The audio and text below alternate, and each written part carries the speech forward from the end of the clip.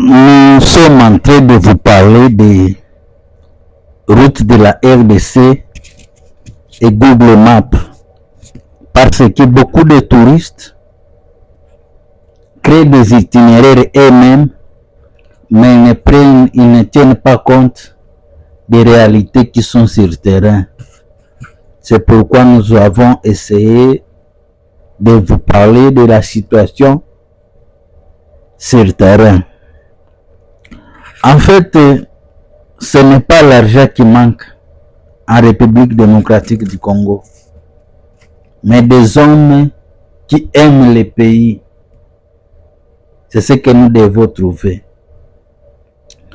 Et je suis en train de conseiller à la jeunesse dans les jours à venir, en 2030, à 2040, 2050, qu'avant d'être ministre, parmi les tests qu'il faut accorder au ministre, c'est de traverser la République démocratique du Congo du bout à bout, seul, sans les insignes de l'homme qui a de l'autorité. Pas de garde, pas des insignes qu'il a du pouvoir. Qu'un ministre soit capable de quitter Moanda pour arriver à Bunia seul avec son véhicule, sans des gardes du corps. Parce que souvent, nous sommes hypocrites, nous les Congolais. Lorsque les administrateurs du territoire vont passer chez nous, lorsque le président va passer, nous faisons de l'hypocrisie.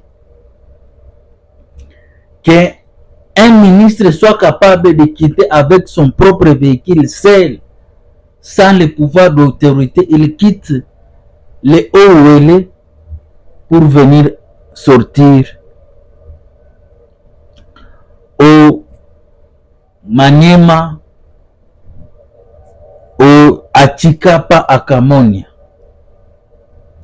Parce que c'est là qu'il va comprendre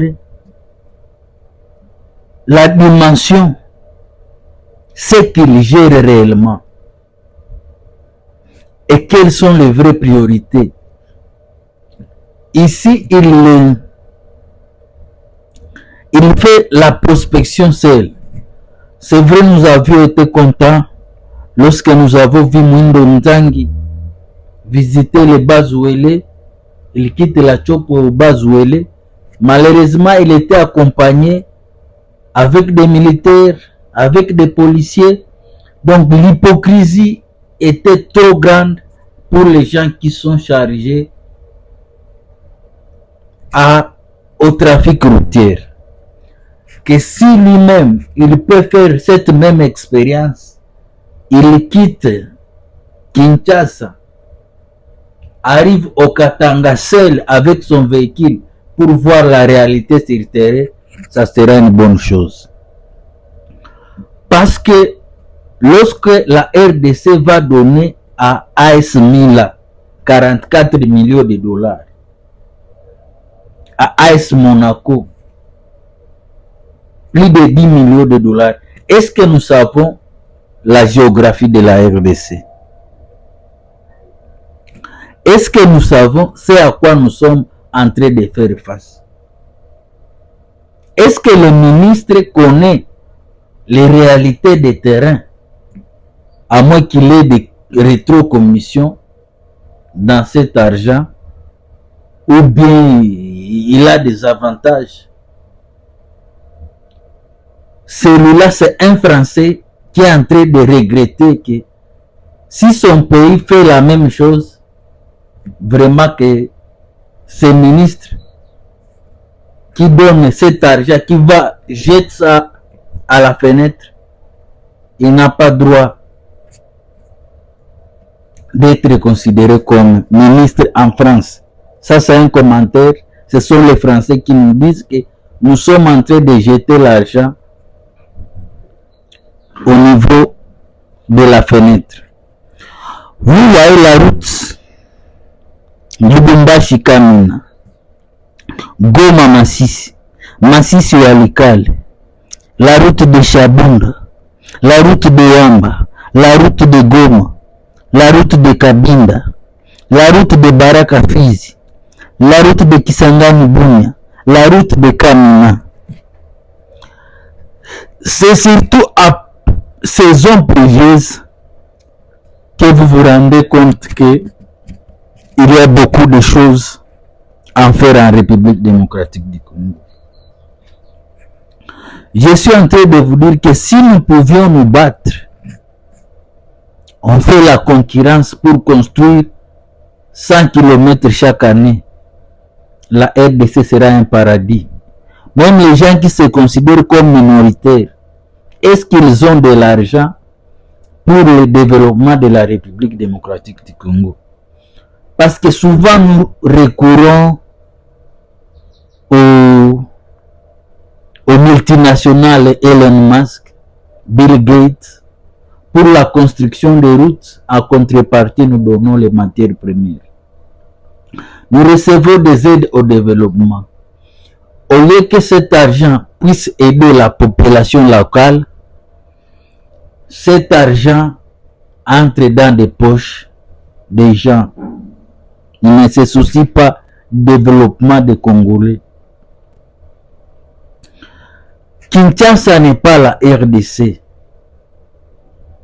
La RDC est plus grande que Kinshasa.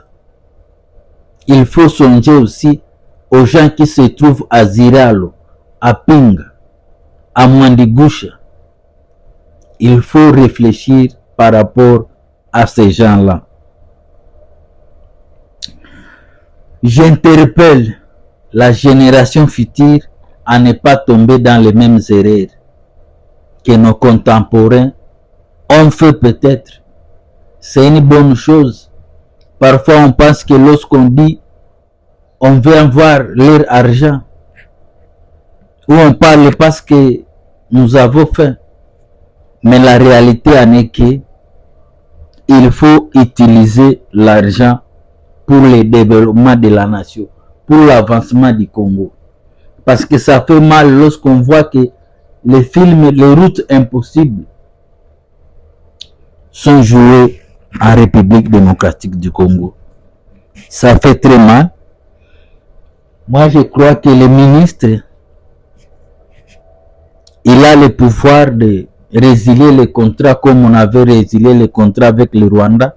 C'est possible s'il comprend ce que la population cherche. Et ce n'est pas par la guerre que nous allons construire nos routes. Ce sont les ingénieurs, les gens qui ont étudié, les gens qui ont l'amour du pays. C'est eux qui construiront notre nation. Et je suis en train de vous dire que notre temps est limité sur la terre pour que nous puissions passer plus de temps pour faire les guerres, pour nous entretuer. Nous avons la République pour la construire et non pas pour la détruire. 40 millions. Ce sont les Français, ce sont les Italiens qui doivent nous donner de l'argent. Parce que c'est nous qui vivons avec moins de $2 par jour. Ce n'est pas nous de leur donner cet argent. Parce que c'est une contradiction. Lorsqu'on nous dit que la Banque mondiale nous dit que nous vivons avec moins de $2 par jour et la RDC pardonne 40 millions pour qu'on puisse écrire visite RDC sur les maillots d'entraînement.